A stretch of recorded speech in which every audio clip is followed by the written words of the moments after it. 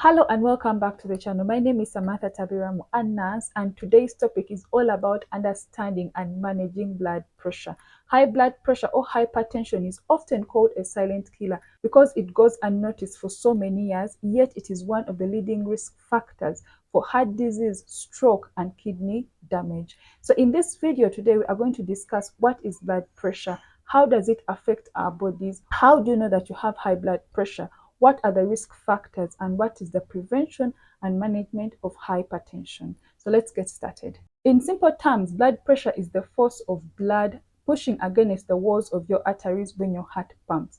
It has two components. We have the diastolic pressure and the systolic pressure. The systolic pressure, which is the top number, is the measure of pressure in your arteries when your heart beats. And then the diastolic pressure, which is the bottom number, is the measure of pressure when your heart is resting between the beats. So when they're taking your blood pressure, your doctor or your nurse or your midwife, you normally see them writing the upper number, then across and the lower number. So you now know which one is the systolic and which one is the diastolic. According to World Health Organization, 120/80 is a normal BP, and anything above that is considered elevated. I've seen very many healthcare providers, hospitals, clinics mark 140/90 and above as hypertensive, but this is also according to the age.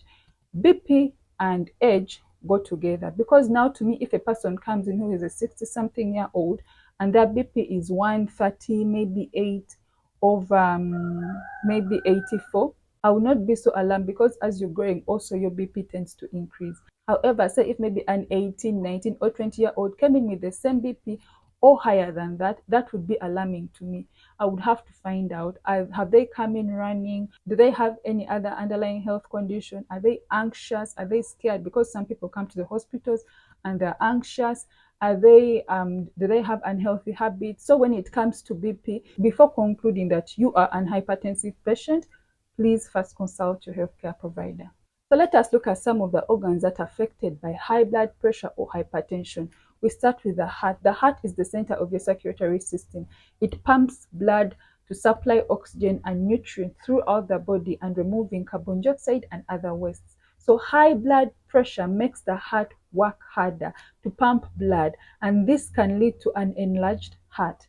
And then it goes to heart disease and then eventually heart failure if this is left unmanaged. And then we go to the kidneys. The high blood pressure normally causes damage to the blood vessels in the kidneys. So the kidneys are affected and they will not be able to filter waste from your blood properly. It further affects the kidneys, leading to kidney damage and eventually kidney failure. Then the brain. High blood pressure or hypertension can lead to blocked or ruptured arteries in your brain, increasing the risk of stroke. So people, if you've been diagnosed with hypertension, please avoid stress, monitor your blood pressure, and take your medication. And then lastly, we look at the arteries. Over time, high blood pressure causes the arteries to become hard. So they tend to thicken and then become a little bit stiff, limiting blood supply to other vital organs in the body. So how do you know that you may be having high blood pressure? First things first, most people who experience high blood pressure do not normally experience symptoms. That is why it is called a silent killer. These symptoms normally come in severe cases when a person's BP is already messed up. That is when some people may notice headaches, dizziness, shortness of breath, chest pain. Some people will also have nosebleeds. So those are some of the symptoms to mention, but a few. But if you're doing home monitoring, if you have a blood pressure machine or monitor at home and you monitor your BP, do it every day in a calm state at the same time. And if you notice that your BP is elevated every single time that you take it for no specific reason, your BP is over 140/90 every single time that you take it, my dear, it is time to go to the hospital, have that regular checkup, see your healthcare provider, and find out what is happening to your body. So as some of you are booking your consultations with your healthcare providers, let us look at some of the risk factors of hypertension. Let us start with the ones that we have no control over, and that is the gender, the ethnicity, family history, and the age. Now, let us start with the age. Age, we all know that as we grow, our blood pressure tends to increase because of the stiffening of our arteries. So our parents, our grandparents, make sure that their BPs are closely monitored because they are at risk of hypertension. And then you go to the family history. Genetics have shown to have a great role in some medical conditions, and hypertension or high blood pressure is one of them. So if your parents or any close relative of yours has high blood pressure, you are at a greater risk of also developing hypertension. And then we go to the gender. Men are more likely to get high blood pressure than the women. So women until the age of 64, 65, that is when they are more likely. But when it comes to high BP, men are more likely to develop hypertension than the women. So men, do not wait until you are dying. Men have a habit of being sick and then they want to be men and then they be there, they wait. Please, if you're not feeling well, have like create a habit of those regular checkups once in a while. Just say, you know what, let me just go and have my checkup done. Let me just go and have a medical checkup done. Develop those habits. Take control of your health. Men especially, I'm speaking to you. And then lastly, ethnicity. As long as you are black, as long as you look like me and you have adequate melanin, you are at a risk of being diagnosed with hypertension. Okay, now that we are done with the ones that we have no control over, let us dive into the risk factors that we have control over. The first one is diet, unhealthy diet. There is this high intake of salt. Someone gives you food and then you add more salt in it. Then there are people who just love eating raw salt with mangoes, with fruits and all that stuff. People, please cut down on your salt. This is one of the risk factors of hypertension. Then also high intake of sugar, saturated fats or processed food. The more you eat this saturated fat and this processed food, the fat in it normally clogs in your blood vessels. Do you know what happens? Your arteries become narrow. So your heart has to work harder to pump blood through those narrow arteries. Therefore, you're increasing the workload of the heart, hence hypertension. People who do not want to do exercises, you are at the risk of weight gain, which is a risk factor for high blood pressure. That brings me to my next point, which is obesity. If you are overweight, that means your heart is working harder to pump blood to various parts of your body. Therefore, you are also at a risk of getting what? Hypertension. Now, people who work in offices, they drive you, they put you on the doorway, you get out, you get an elevator, go to your office, up, you sit. Is it the receptionist or the secretary, all these people who move in with food in those offices? They bring food for you, they bring things for you to eat. You sit there, you work the whole day. Your 5 p.m. reaches, you come out, you go down again through the elevator. Then the car picks you from the doorstep. They take you back home. You come out from the car, you enter into the house. If you're a man, they help you to just sit. They give you things to eat, fruits to eat, food to eat. You get up, you go to your bed. Then the day continues like that. The following day is the same. The other day is the same. The other day is the same. And then one time, you can't even walk from here to there without losing breath. The next thing, I'm feeling dizzy. And then before you know it, they're diagnosing you with hypertension. And then you wonder why some of you are always saying, our teachers do not grow old. Teachers can walk. The only time that they sit down is maybe to eat something and then to mark papers. And then which other profession? Nurses. But those ones complain of back pain because of the carrying of patients and all that. Those ones normally get back pain, but they also walk. I don't think there are nurses who just sit. Let me see another profession. Anyway, I failed to get, but teachers is the best example that I can give you. Those people can walk.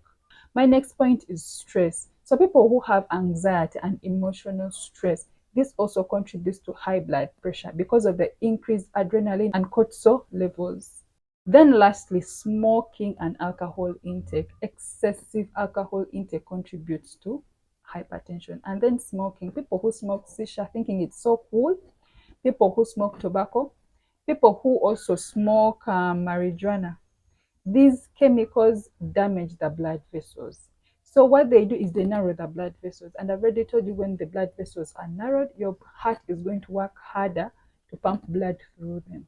So after going through the risk factors, let us discuss the preventive measures of hypertension. Number one is diet. Reduce on the sodium intake. Reduce on the excessive salt intake, because salt causes the body to retain water, which increases the blood pressure, hence increasing the body's workload and then hypertension. So aim for at least 1 teaspoon of salt per day if you are at risk of hypertension.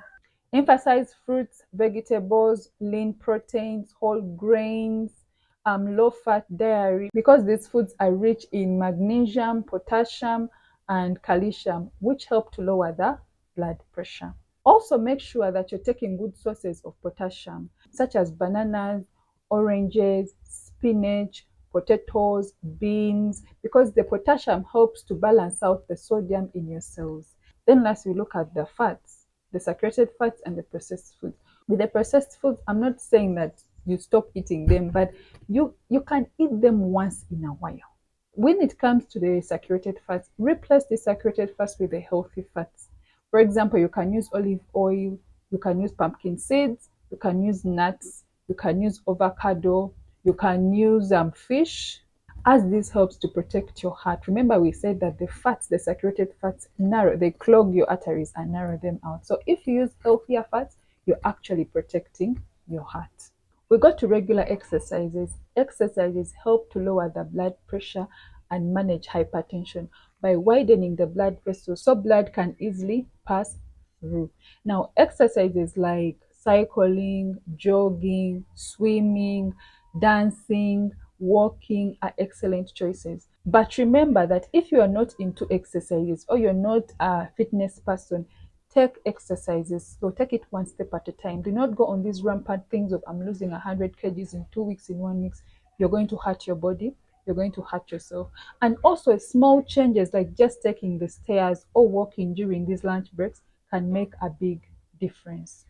Then another thing is stress. Chronic stress can cause bad health habits like overeating and smoking. So adapt small health habits like meditation, like for 10 to 15 minutes, and also practice deep breaths. Then another thing, spend time with supportive friends and families. Share your problems, confide in them, because remember, a problem that is shared is a problem half solved. So make sure that you surround yourself with supportive friends and families. And then when we talk about healthy lifestyles, we can talk about alcohol intake. Limit alcohol intake, with women having just 1 bottle and men 2 bottles per day, because excessive intake of alcohol elevates blood pressure.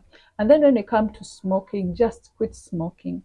Quit smoking, stop smoking. And also, research has shown that smoking increases the risk of cardiovascular diseases. Those are the heart diseases. So it is important for you to just quit smoking and protect your heart. Then lastly, good quality sleep. 7 to 9 hours of sleep is adequate for you, because sleep regulates the stress hormones that impact the blood pressure. And then lastly is monitor your blood pressure. If you are at risk or you have these risk factors, for example, those ones that we cannot control, like family history, gender, age, make sure that you have a home blood pressure machine and monitor your blood pressure. Have a small book, write every single day the BP that you have taken, and monitor your blood pressure. If your BP is constantly high for no reason, please visit the hospital and see a healthcare provider immediately. Remember, small consistent changes can lead to big results, as high blood pressure is manageable with the right strategies. So make sure that you check your diet, do exercises, quit smoking, limit alcohol intake, and monitor your blood pressure. If you found this video helpful, do not forget to like, share, and subscribe for more healthy tips. If you have any questions, drop them in the comment section. Other than that, I'll see you in the next discussion. Monitor your blood pressure.